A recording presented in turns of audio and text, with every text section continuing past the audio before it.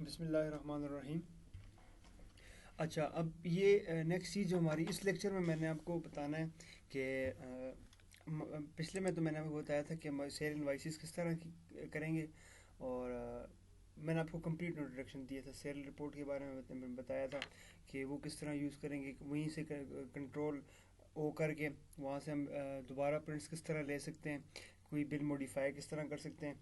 ठीक है, तो वो सारे काम जो है ना वो हम वहाँ पे कर सकते हैं। तो मैंने आपको वो चीज़ें बताई थी। तो इसमें मैं आपको एक शॉर्ट से इंट्रोडक्शन दूंगा सेल रिटर्न के बारे में कि सेल रिटर्न जो है वो किस तरह काम करता है।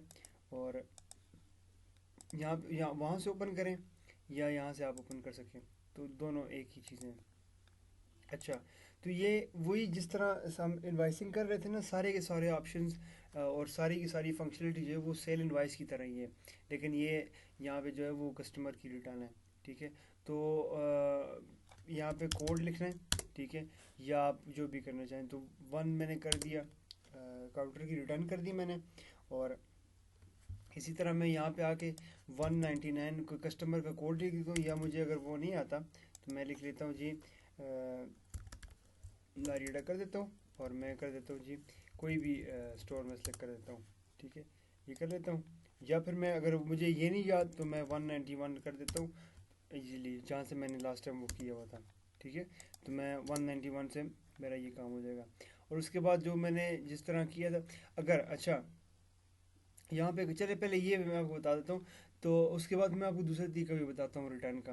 तो इसका ये है ना कि आइटम्स जो है एड्रेस लिखा और उसके बाद आपने डायरेक्टली कंट्रोल एस कर देना है। ठीक है, जब आप कंट्रोल एस कर देंगे तो वो रिटर्न सेव हो जाएगी। ठीक है, एक और चीज़ वो ये है कि जब आप काउंटर सेल कर रहे होते हैं ना, या यहाँ से अगर मैं आपको तो कंट्रोल ओ करते हैं ना, कंट्रोल ओ करने के बाद या ये बिल ले लें। ठीक है, इस बिल में चार पाँच आइटम, चार आइटम्स हैं। इसको आप जब रिटर्न करेंगे ना, तो कन्वर्ट टू रिटर्न के ऊपर क्लिक कर, अब ये आप पूरी बिल वाइज रिटर्न कर रहे हैं। यहाँ पे आप मतलब किसी भी बिल को जो है ना वो बिल वाइज भी रिटर्न कर सकते हैं, या सेपरेटली जो मैंने आपको भी बताया पीछे तरीका जो था, वो आप सेपरेटली आइटम्स भी डाल सकते हैं। तो अगर मैं इसी को रिटर्न करना चाहूँ तो कन्वर्ट टू रिटर्न करूँगा और यहाँ पे मेरे पास ये आ गया। उसके बाद ये नीचे इसका नाम लिखा हुआ है, इसी इसी बंदे का रिटर्न है। लेकिन उसमें से ये आइटम भी डिलीट कर दिया मैंने और ये भी डिलीट कर दिया। उसके बाद अब ये दो आइटम जो पीछे रह गए ना, मिर्च मसाला और केची केचप, तो अब ये सिर्फ दो आइटम रिटर्न करने, तो मैं डायरेक्टली कंट्रोल एस करूँगा तो ये भी रिटर्न हो जाएगा।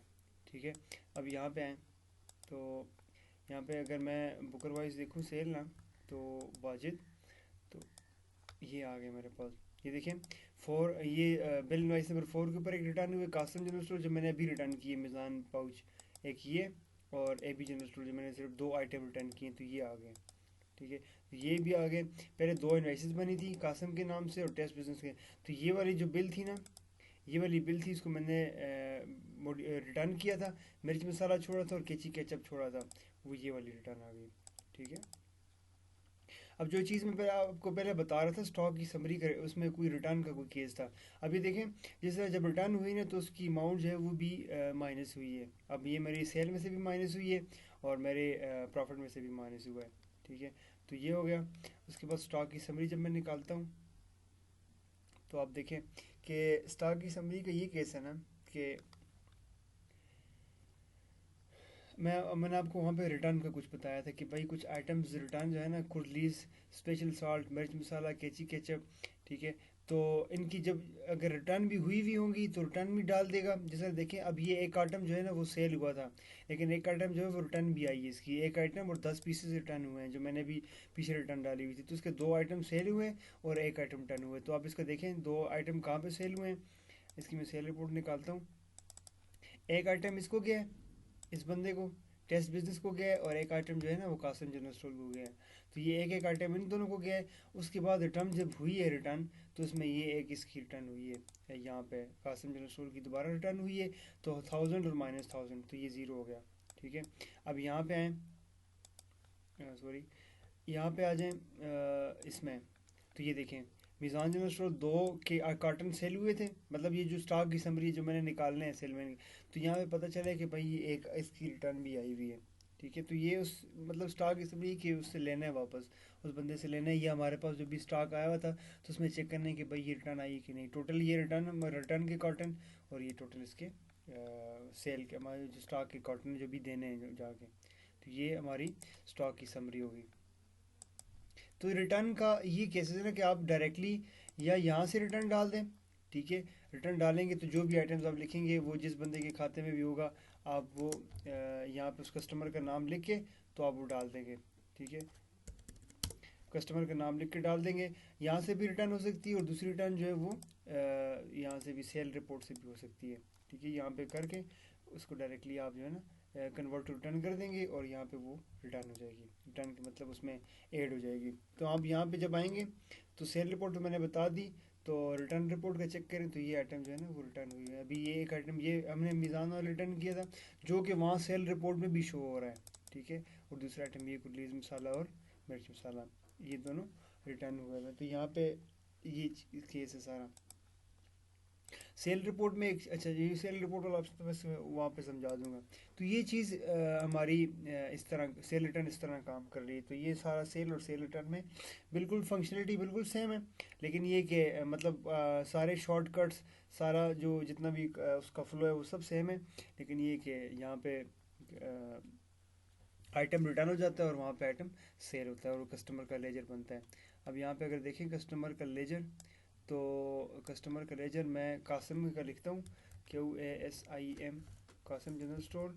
अभी देखें मैं जब एरिया की बात कर रहा था ना, एरिया की, कि भाई जब एरिया वाइज आप सेल करेंगे तो देखें कितने कासम है, 1 2 3 4, 4 कासम है जिसमें से तो 3 जो है वो तो है ही जनरल स्टोर्स हैं, तो बल्कि चारों जनरल स्टोर हैं। तो इस तरह जब आप अब लारियडा के इसमें करेंगे तो लारियडा वाला ये आएगा, जब आप बफ़ा के में करेंगे तो बफ़ा दुरा में एक और आएगा, बफ़ा खोर में और आएगा।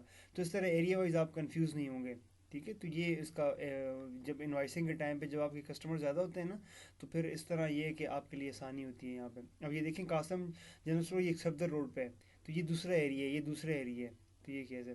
लेकिन हमारी इसकी बिल बनी हुई है कासम जनरल स्टोर के नाम से। तो ये देखें सेल इनवाइस नंबर 47 पे हमने इसको कुछ सेल किया था, वो ये मीज़ान का आयल पाउच था, ठीक है। और रिटर्न इनवाइस पे एक आया है, ठीक है। तो ये टोटल बन गया। अब ये जो पहले उसका बैलेंस था वो 0 से स्टार्ट हुआ था, उसके बाद सॉरी 1000 से स्टार्ट हुआ था। 1000 के बाद जो बिल की अमाउंट बनी है वो कितनी बनी है, सॉरी 1000 पे। अब देखिए पहले इसका जो बैलेंस था ना वो अपने इसका मेरा ख्याल है ज़ीरो ज़ीरो बैलेंस था, ज़ीरो नहीं 550 बैलेंस था पहले। फिर उसके बाद 1000 रुपये की ये हुई है सेल इनवाइस के ऊपर ये बिल बनी है 1000 रुपये की। उसके बाद 1550 रुपये हो गए। उसके बाद फिर ये रिटर्न हुई है -1000 जब हुआ तो बाकी 550 रुपये रह गए। ये उसका लेजर है। आप डेट वाइज निकालेंगे किसी भी डेट में, आपको जब आप किसी वसूली डालेंगे मैं आपको उसमें बता दूंगा दोबारा कासमी का, कि उसमें वसूली जब डालेंगे तो यहाँ पे नीचे उसकी कैश रिसीव भी शो होगी कासम की, ठीक है। और ये इसका इस तरह प्रॉपर बैलेंस जो है वो मेंटेन होता रहेगा, ठीक है। तो ये हमारे सेल और सेल रिटर्न भी होगी। बाकी इंशाल्लाह सारे वो नेक्स्ट वीडियोज़ में जिस तरह होगा मैं आपको साथ साथ बता रहूँगा। तो बहुत शुक्रिया सर, अस्सलाम वालेकुम।